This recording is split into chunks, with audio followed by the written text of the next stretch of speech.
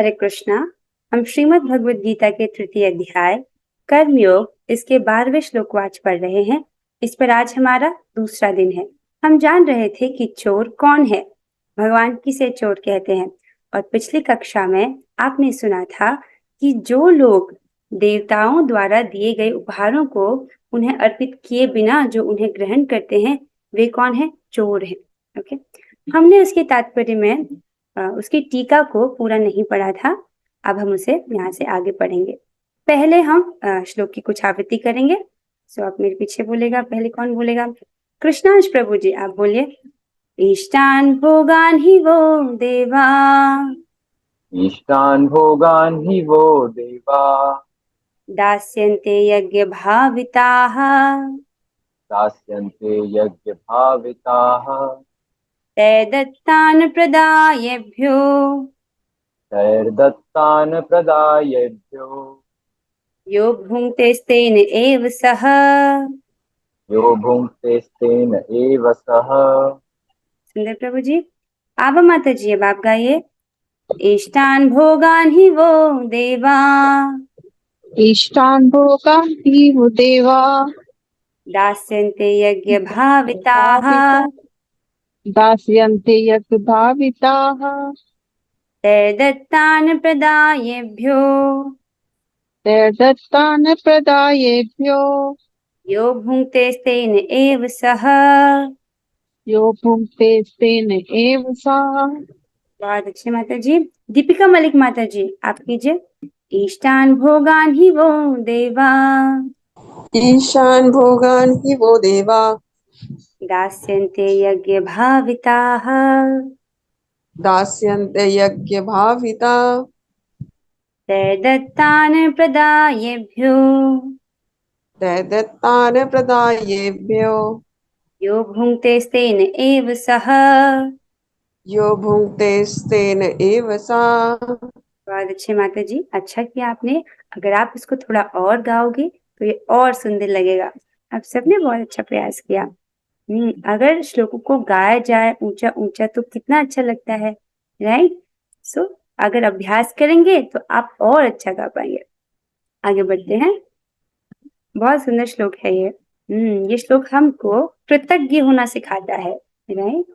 ये श्लोक हमको क्या बताता है कि हमको ग्रेटफुल होना चाहिए, हमको कृतज्ञ होना चाहिए, राइट? जो जीवन की आवश्यकताएं जो हमें प्रदान की जा रही हैं, सूर्य का प्रकाश, जल, अन्न आदि आदि, उन सब के लिए हमको बहुत कृतज्ञ होना चाहिए।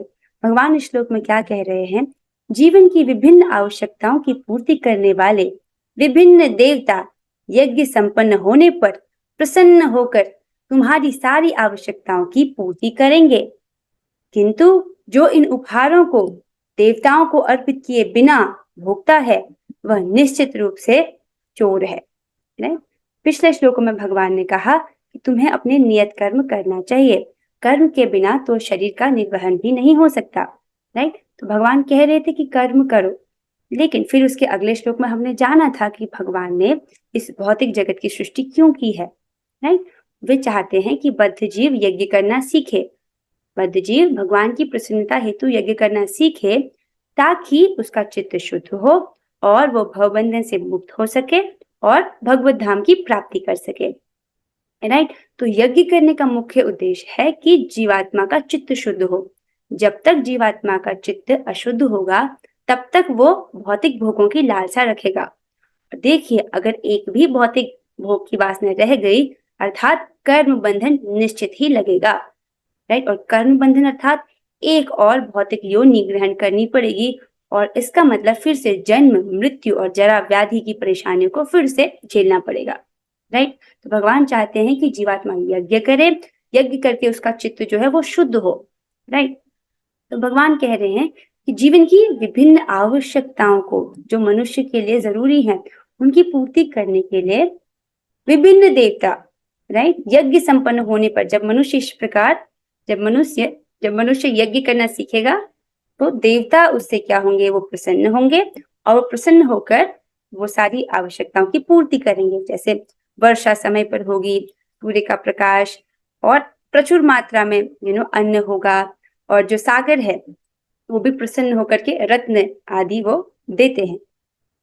तो इस प्रकार से होगा। अगर कोई व्यक्ति यज्ञ ना करे, राइट, अपने नियत कर्तव्यों को यज्ञ रूप में ना करे, यज्ञ ना करे, तो क्या होगा? किंतु जो इन उपहारों को देवताओं को अर्पित किए बिना भोगता है वह निश्चित रूप से चोर है। भगवान के विधान के अनुसार वो क्या है? चोर है, राइट। अब हम आगे पढ़ते हैं। पिछली क्लास में आपने यहाँ तक पढ़ा था। अनुष्ठानकर्ता के भौतिक गुणों के अनुसार वेदों में विभिन्न प्रकार के यज्ञों का विधान है। विभिन्न देवताओं की पूजा भी उसी आधार पर अर्थात गुणों के अनुसार की जाती है, राइट। अनुष्ठानकर्ता अर्थात जो उपासक है उसके भौतिक गुणों के अनुसार कि उसका चित्त तमोगुणी है, रजोगुणी है या सतोगुणी है, उसका चित्त कैसा है, उस हिसाब से उस अनुसार वो किसी विशेष देवता के प्रति आकर्षित होता है और उस विशेष देवता की वो पूजा करता है, राइट। इसीलिए विभिन्न देवताओं की पूजा भी उसी आधार पर अर्थात भौतिक गुणों के अनुसार की जाती है, राइट। अब यहाँ पर उदाहरण दिया जा रहा है आपको, कैसे, इसको आप एक एग्जाम्पल से समझिए, उदाहरण से समझिए। उदाहरणार्थ, मांसाहारियों को देवी काली की पूजा करने के लिए कहा जाता है। जैसे एक व्यक्ति है जिसका चित्त घोर तमोगुणी है, उसको मांस खाने की इच्छा है, उसे बोला जाता है कि आप देवी काली की पूजा करो और अमावस्या के दिन आप उनको एक बलि अर्पित करके आप उस मांस को खा सकते हो। अब अमावस्या हर दिन नहीं आती है, राइट, अमावस्या के दिन। तो मांसाहारियों को देवी काली की पूजा करने के लिए कहा जाता है, जो भौतिक प्रकृति की घोर रूपा हैं और देवी के समक्ष पशु बलि का आदेश है। किंतु जो सतोगुणी हैं उनके लिए विष्णु की दिव्य पूजा बताई जाती है, राइट। जो सतोगुणी है उनके लिए बोला जाता है कि आप सीधे भगवान की पूजा कीजिए।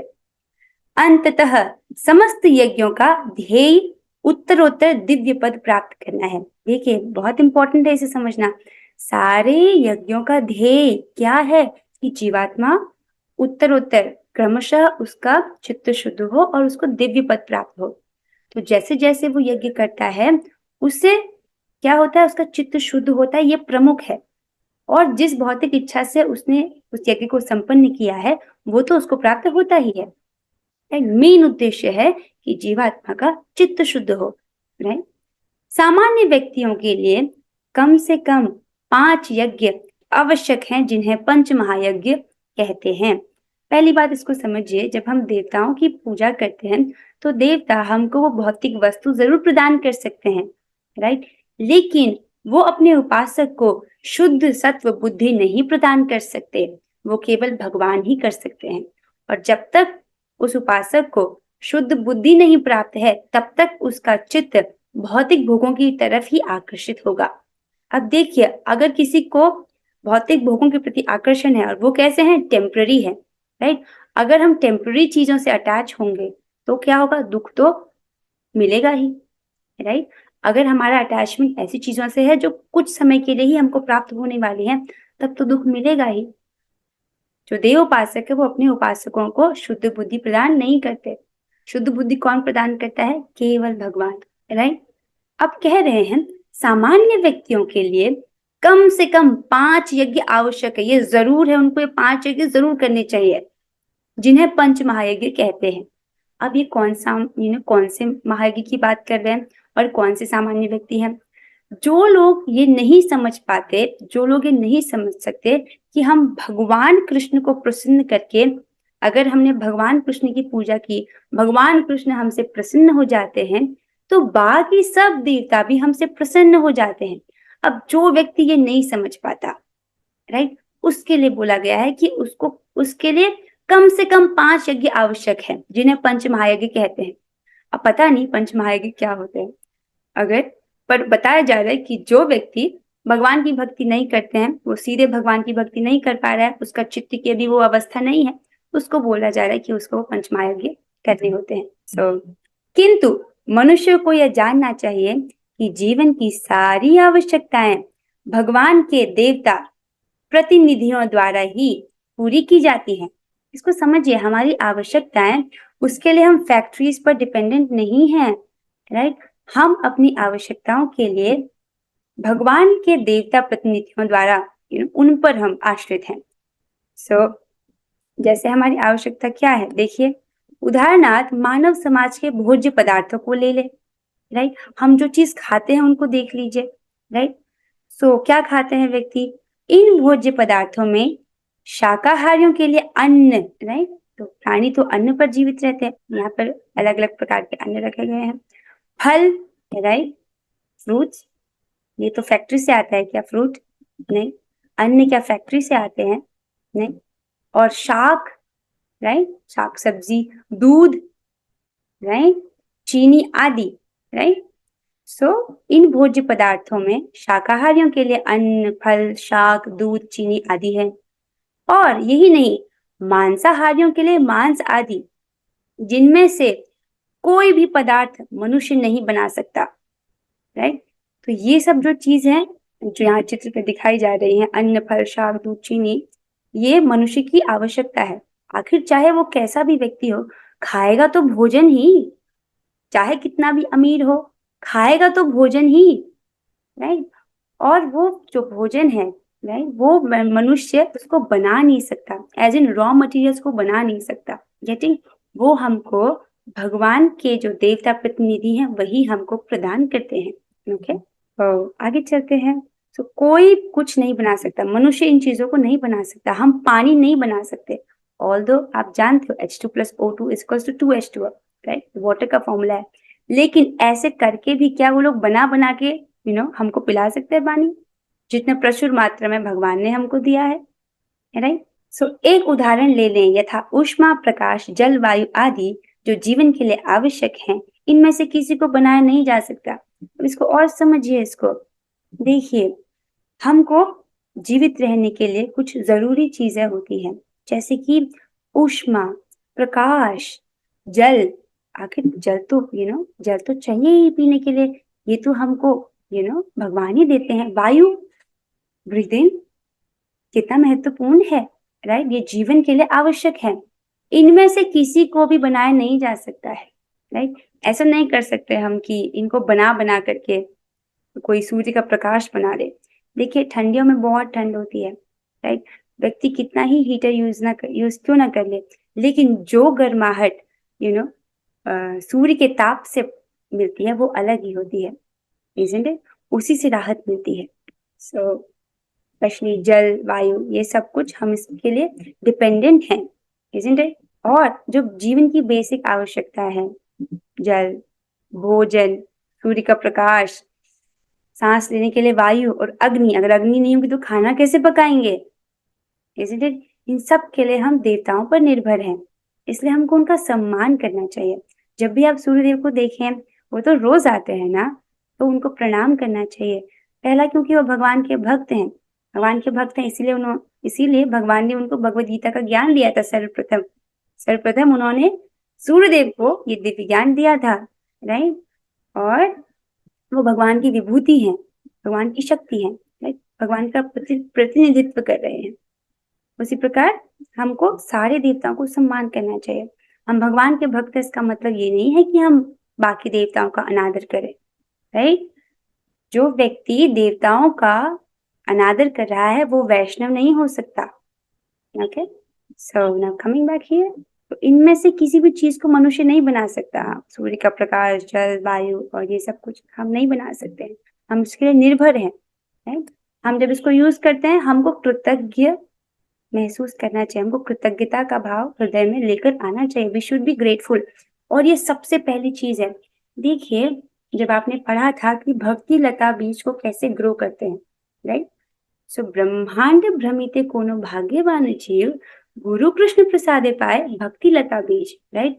अब उस व्यक्ति की, जब उसको भक्ति लता बीज प्राप्त हो गया है गुरु कृष्ण के प्रसाद से, अब उसकी ये खुद की जिम्मेदारी है कि वह उसको रोज सींचे। कैसे? श्रवण और कीर्तन के जल से। ये उसकी इंडिविजुअल रिस्पॉन्सिबिलिटी है। तो आप में से हर एक की इंडिविजुअल रिस्पॉन्सिबिलिटी है कि आप श्रवण कीर्तन के माध्यम से अपनी भक्ति लता बीज को सींचें, राइट।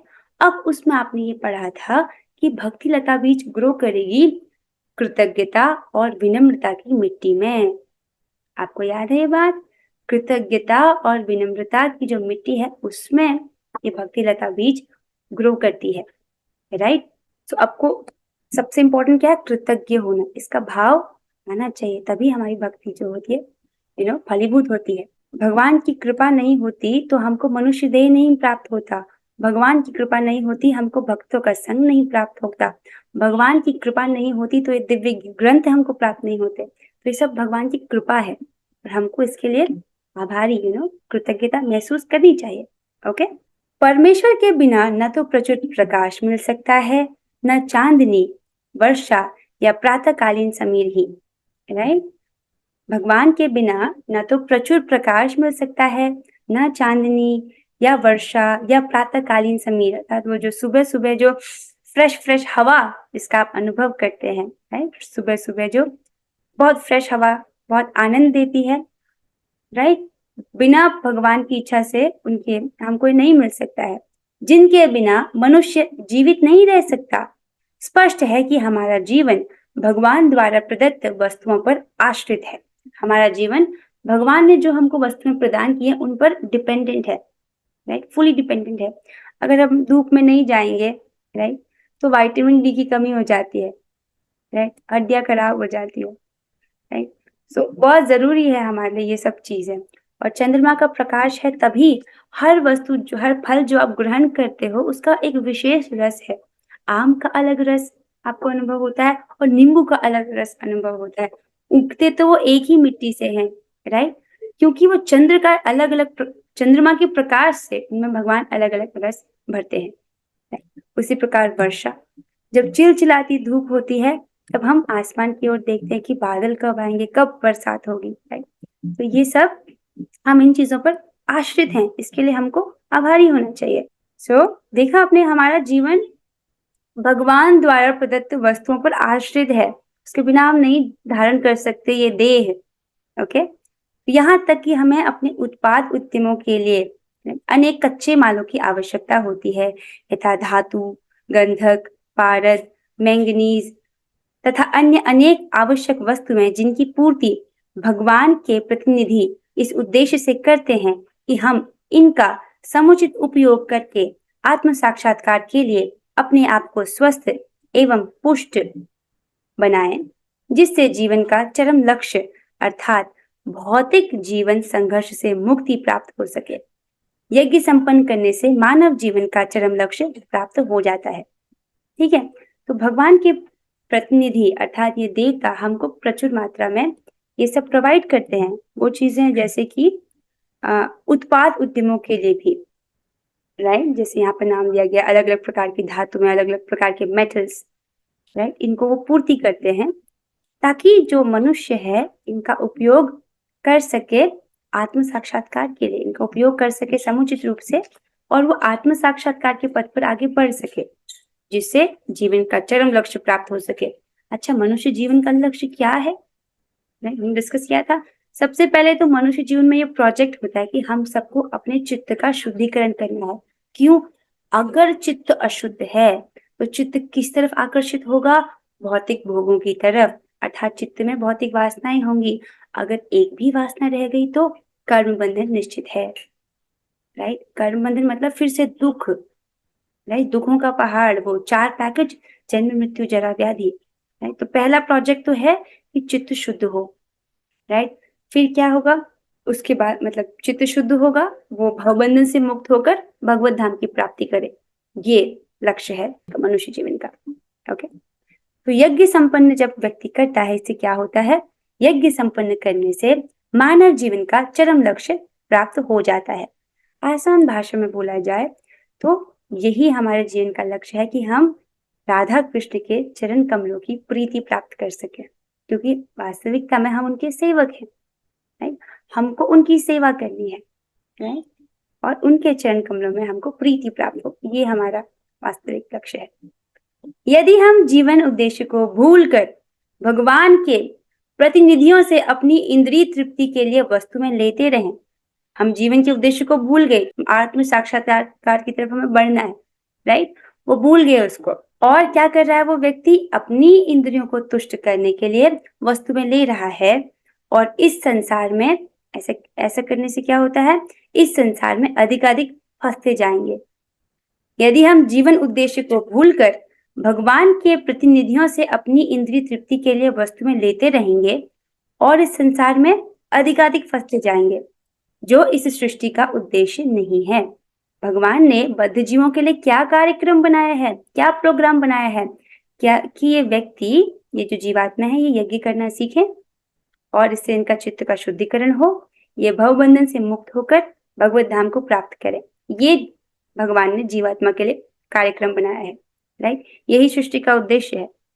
लेकिन अगर व्यक्ति इस तरफ ध्यान नहीं दे रहा, अपने आत्म साक्षात्कार की तरफ वो ध्यान नहीं दे रहा है, भौतिक भोगों को भोगने में लगा है, तो क्या होगा, वो इससे संसार में और अधिक फंसता जाएगा। क्यों? देखिए, इसको समझिए।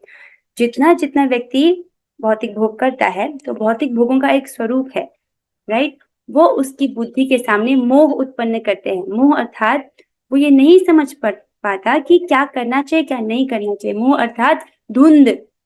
जब बुद्धि के सामने धुंध छा जाती है और बुद्धि डिसाइड नहीं कर पाती कि क्या सही है और क्या नहीं है, राइट। तो ये भौतिक भोगों का स्वरूप है, वो बुद्धि को ढक देते हैं। जिस प्रकार वो और भौतिक भोग करता है, इस प्रकार से उसकी वो वासना और प्रबल हो जाती है उस प्रतिकल भोग के प्रति, राइट। और अगर वासना रह गई तो कर्म बंध है। समझना इस बात को। तो निश्चय ही हम चोर हैं। अगर व्यक्ति ऐसा कर रहा है कि अपने जीवन के उद्देश्य को भूल जा रहा है, सारे जो संसाधनों को यूज कर रहा है, अपनी इंद्रिय तृप्ति के लिए उनको अर्पित नहीं कर रहा है, तो वो और अधिकाधिक इस जगत में, इस दुखालय में फंसता जाएगा, राइट। और अगर ऐसा व्यक्ति करता है तो वो निश्चित रूप से चोर है, ऐसा बोला जा रहा है। और इस तरह हम प्रकृति के नियमों द्वारा दंडित होंगे। चोर मतलब उसने गलती की है, उसने अपराध किया, तो उसका दंड मिलेगा, राइट। चोरों का समाज कभी सुखी नहीं रह सकता, क्योंकि उनका कोई जीवन लक्ष्य नहीं होता। चोर कभी सुखी रह सकता है? नहीं रह सकता। उसको एक अलग ग्लानि का अनुभव होता है। और प्रभुपाद जी बता रहे हैं कि चोरों का समाज कभी सुखी नहीं रह सकता, क्योंकि उनके पास जीवन का कोई अंतिम लक्ष्य नहीं है, राइट। हमेशा वो अशांत रहते हैं। भौतिकतावादी चोरों का कभी कोई जीवन लक्ष्य नहीं होता। उन्हें तो केवल इंद्रिय तृप्ति की चिंता रहती है। वे नहीं जानते कि यज्ञ किस तरह किए जाते हैं। यहाँ पर प्रभुपाद जी बोल रहे हैं। तो भौतिकतावादी चोर कौन है?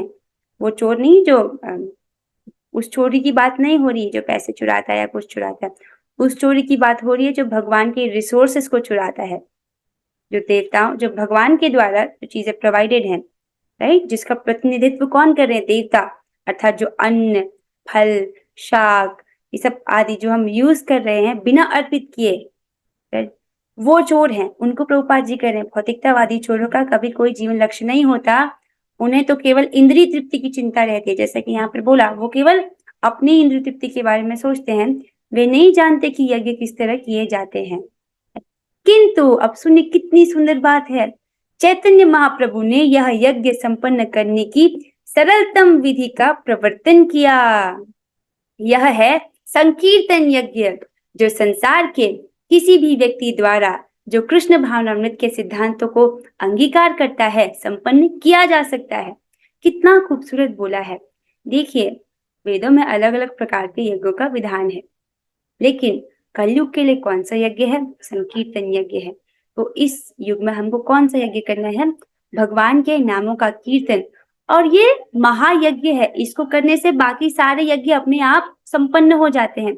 और ये कितना आसान है। आपको बस एक करताल चाहिए और आप भगवान के नामों का कीर्तन कर सकते हैं। अगर करताल ना भी हो तो आप यूं ही कर सकते हैं। देखिए कितना आसान है ये यज्ञ।